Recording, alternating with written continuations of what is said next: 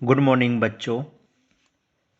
मैं Usman Ghani sir Muse high school YouTube में आपका तहे दिल से स्वागत करता हूँ।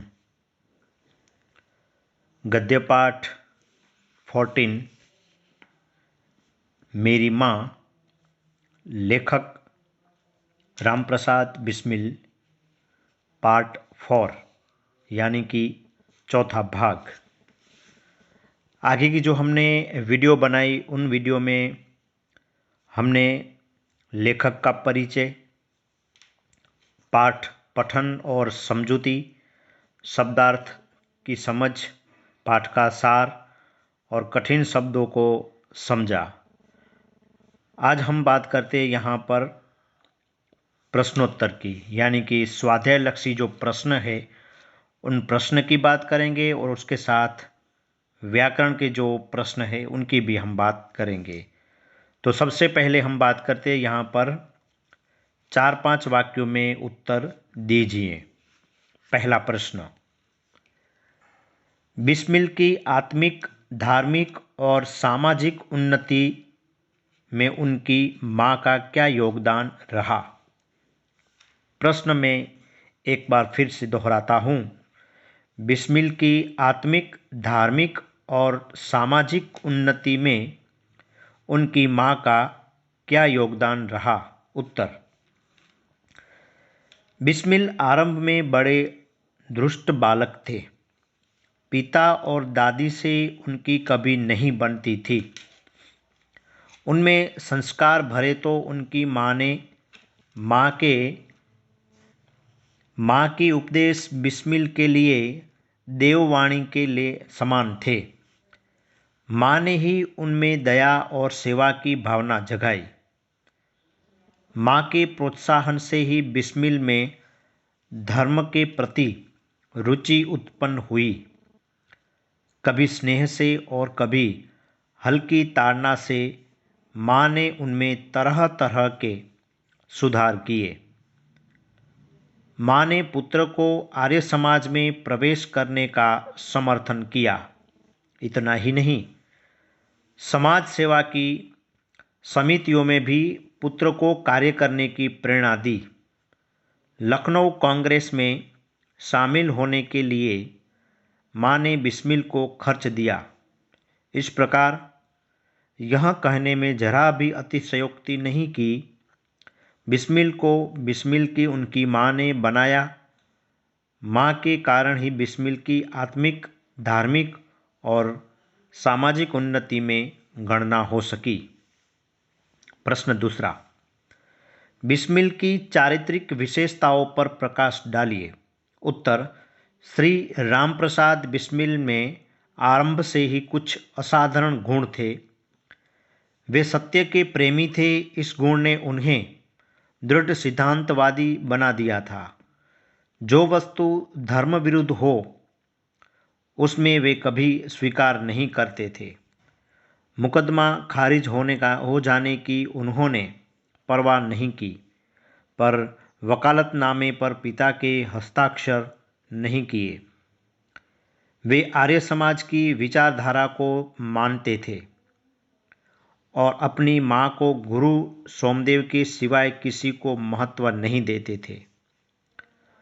साधारण मनुष्यों की भांति संसार चक्र में फंसकर जीना उन्हें पसंद न था। उन्हें किसी भी प्रकार के भोग विलास तथा ऐश्वर्य की इच्छा नहीं की थी। उन्हें देश सेवा की लगन थी। जिस तरह उन्हें अपनी जन्मदात्री माँ से अगाध प्रेम था, उसी तरह वे भारत माता के चरणों की भी सेवा करना चाहते थे। अंत में भारत माता की सेवा करने में उन्होंने अपने प्राणों की बलि दे दी। प्रश्न तीसरा, आपको बिस्मिल की माता के किन गुणों ने सबसे ज़्यादा प्रभावित किया और क्यों? प्रश्न फिर से एक बार, आपको बिस्मिल की माता के किन गुणों ने सबसे ज़्यादा प्रभावित किया और क्यों? जवाब, बिस्मिल की माँ विवाह के समय 11 वर्ष की एक अनपढ़ कन्या थी। समय बीतने पर घर गृहस्थी का भार सुचारू रूप से वहन करते हुए उनमें पढ़ने का स्वतः शौक जागा। सखी सहेलियों से अक्षर ज्ञान पाकर श्रम और अभ्यास करके कुछ ही समय में देवनागरी पुस्तकें पढ़ने लगी। अध्ययन से उनमें तेजस्वी विचार उत्पन्न हुए।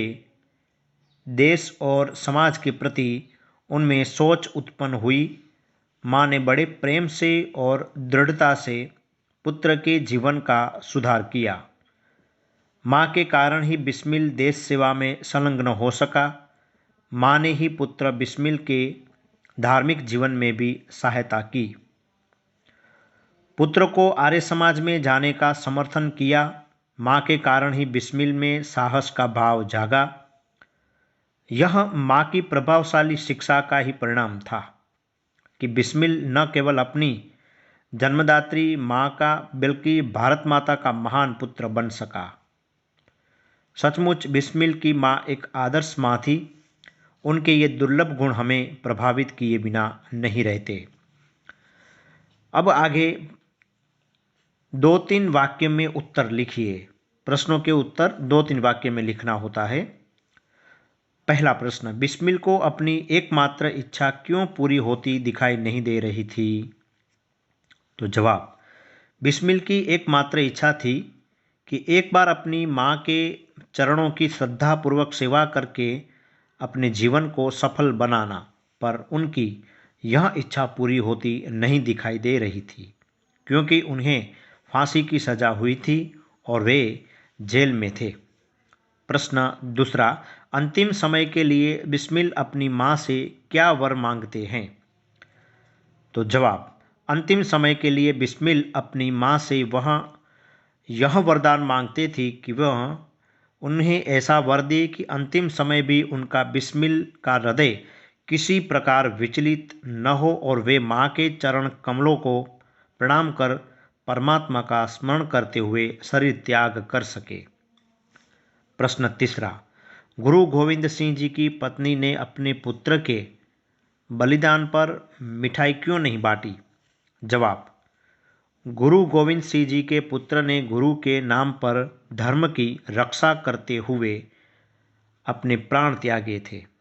जब गुरु गोविंद सिंह जी की पत्नी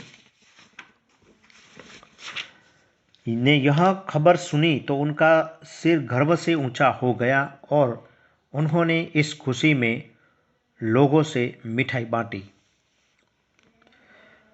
बिस्मिल की माँ ने शिक्षा प्राप्त करने के लिए क्या क्या प्रयत्न किए? तो जवाब, बिस्मिल की माँ पहले पढ़ी लिखी नहीं थी। बिस्मिल के जन्म के 5-7 साल बाद उन्होंने हिंदी पढ़ना शुरू किया था। मोहल्ले की अपने घर पर आने वाली शिक्षित सखी सहेलियों से वे अक्षर बोध करती थी। घर के कामकाज से जो समय मिल जाता था उसी में उनका पढ़ना लिखना होता था।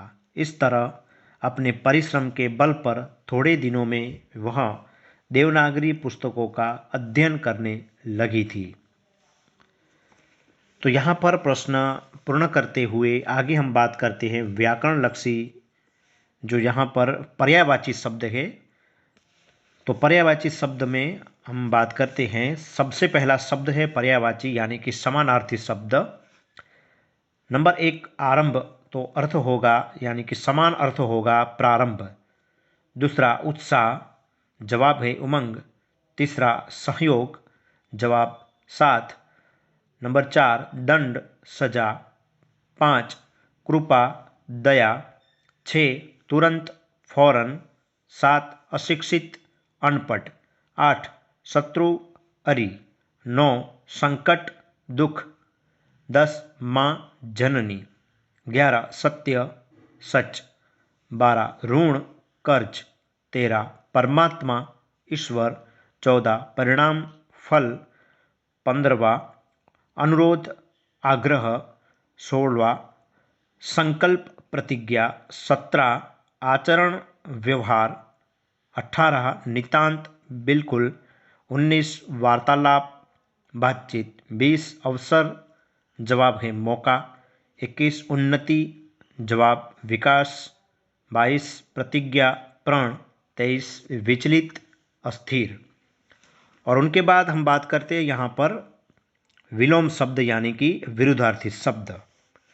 एक इच्छा, अनिच्छा, विरोध, समर्थन, उचित, अनुचित। नंबर 4 जन्म मृत्यु। 5 ऋणी अरुण। 6 स्मरण विस्मरण। 7 आरंभ अंत। 8 उत्साह अनुत्साह। 9 सद्व्यवहार दुर्व्यवहार। 11 उत्तर प्रश्न। 11 खर्च आमदनी। 12 फटकार दुलार। 13 उत्पन्न विपन्न। 14 परिश्रमी आलसी। 15 उदार अनुदार। 16 उन्नति अवनति। और 17 कलंकित निष्कलंक। तो विद्यार्थी मित्रों, यहाँ पर हमने कुछ व्याकरण लक्षी यानी कि समानार्थी विरुद्धार्थी शब्द की बात की और प्रश्न की बात की। तो यहाँ पर आज का हम टॉपिक यहाँ पर पूर्ण करते हैं। नए टॉपिक के साथ हम फिर से मिलेंगे। तब तक के लिए मैं आपसे इजाज़त लेता हूँ। नमस्कार।